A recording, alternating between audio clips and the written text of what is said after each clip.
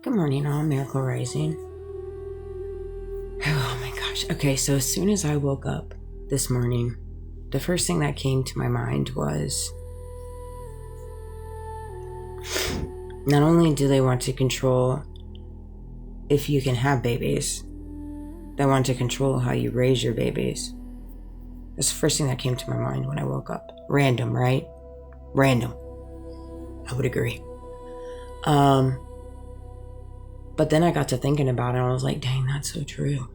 Holy. So crazy. Okay, so when I say control, all right, hear me out. Put your tinfoil hat on. Stick with me here.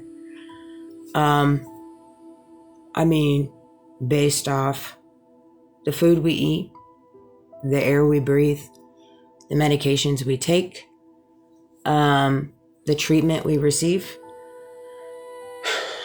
it puts a damper sometimes on people having children. It just does. There's some people in this world that struggle with having children. There's some people based off, and I believe, if I'm not mistaken, I believe that number is increasing significantly throughout the years in reference to that because they want to control the populace. That's evident. It's so crazy how much we're living through the Hunger Games. It's so weird. I'll just keep being Katniss though, you know? So that said, they want to control having babies. But they also want to control how you raise your babies. This is where it gets a little weird. This was where it gets a little weird. They want to control how you raise your babies. And they've made that abundantly clear. Like Dr. Erica Kirk, my gosh, she's just the gift that keeps giving. She's just the gift that keeps giving. These people, they just, you know what? I give them credit. They just don't know. They ain't quitting. They don't care. They do not care. They do not care if they have 5 people that like them in this world. They're still gonna go max on covering up the lie. It's so crazy to me to watch. Candace is on the a 0F's given train. She don't care, but Andy had a really good point, and it's just the truth.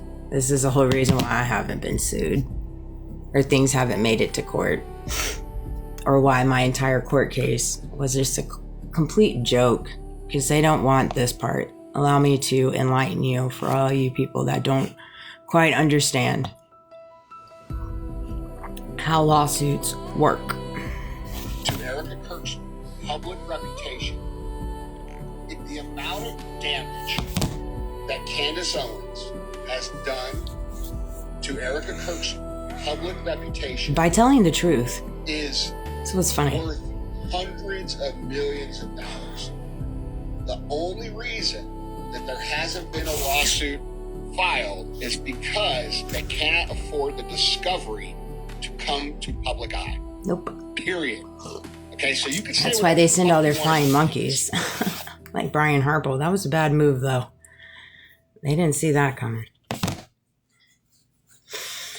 The thing is here's where you're going to see in the system falling, because these people have gotten to where they think they have so much power that they can control anything. They can control the 3-letter digits. They can control the local law enforcement. They can control the court system. They can control the banking system. They can control all these things, so they feel invincible. So they can get up on a podium and now tell everybody that they're a doctor. Put that in front of their name. And this is where they start telling on themselves, really, in reference to that, because there's just no humility in it. There's no humbleness. There's no depth. There's no relatability. People are like, huh? What's happening here? You know? Another thing that came to me yesterday when I was driving home from work, I was listening to Candace's episode, and I was thinking to myself, because Candace, she's got her little calendar right there with a number of days they haven't responded to the possible AI video with Charlie Kirk appointing Erica Kirk, I mean, who even says that when they're talking about their wife? I appoint, like, nobody, anyways, I digress. I was thinking about it when I was listening to it. I was like, whoa. Because they pick and choose the things that they respond to. It's really quite strategic. Honestly, it's funny. They're really living in their own HELL, truthfully. It's really sad if you think about it. That said, the reason why they don't respond to certain things because they don't know what truth is out there. And if they say something and there's a piece of sliver of evidence, like for example, the Fort Huachuca, if there's a picture out there, if there's some kind of sliver of evidence and they come out and say, I wasn't there, here's my alibi. And then somebody says, oh, but here's the evidence you were. Here's the evidence you were. So you're blatantly lying. And see, here's the thing with that. There's a lot of correlation in my story in regards to that. And it was like an epiphany that I had. I was like, oh, I see now. I see. There's a reason why different areas of the truth in reference to my story haven't surfaced outside of things that I say, other than what they say in the back, of course. Because they don't know what evidence is out there. They don't know what evidence I have. And they don't know how many, like, as I'm being watched, they're being watched. We're all being watched. It's so comical. This is how the coercion blackmail train works. It really does. It's so funny when people think that, you know, being targeted or being blacklisted or on the dark web or whatever, all these things is like, bro, yeah, we all on those things. Every single one of us individually. Hello. If you carry one of these, there ain't no privacy in your world. You know, there just isn't. Some people have more so than others. Some people control different areas of privacy depending on the power that they hold within this world. And corruptive power. There's a big difference between power and corruptive power. Let's make that clear. But it's just comical to me because it kind of put things in perspective for me. Because I was like, for sure. For sure. Because when I speak from truth. I speak from my experiences. I speak from things that I know happen.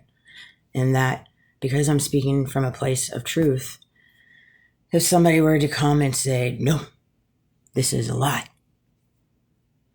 then we could go to court and we can hit up that discovery and be like, well, actually, let's talk about that for a minute. Let's unpack that, shall we? And that's just not something that they want to do. And that, in the same essence, it's the same scenario with Charlie Kirk. It's really quite the same scenario in a lot of different unjust situations that have partaken in this world. People that find themselves on the other side in different ways of the law working against them, the system working against them, whether that's cyber abuse, systematic abuse, psychological abuse, spiritual abuse, financial abuse, all kinds of different things. These are all factors. And so it's just the truth. It's to the point, I know for me personally, when I see like Trump speak or he's on the news or I see it on my TikTok or I see Erica speak or I see these people speak, it's like, it's just like, oh, okay, what are you saying now? Like, what is it now? You know, literally think the opposite. That's probably where somewhere the truth is. And it's just, it is what it is. It's how these people operate. They have no intentions. The main situation is going to happen when the show trial starts.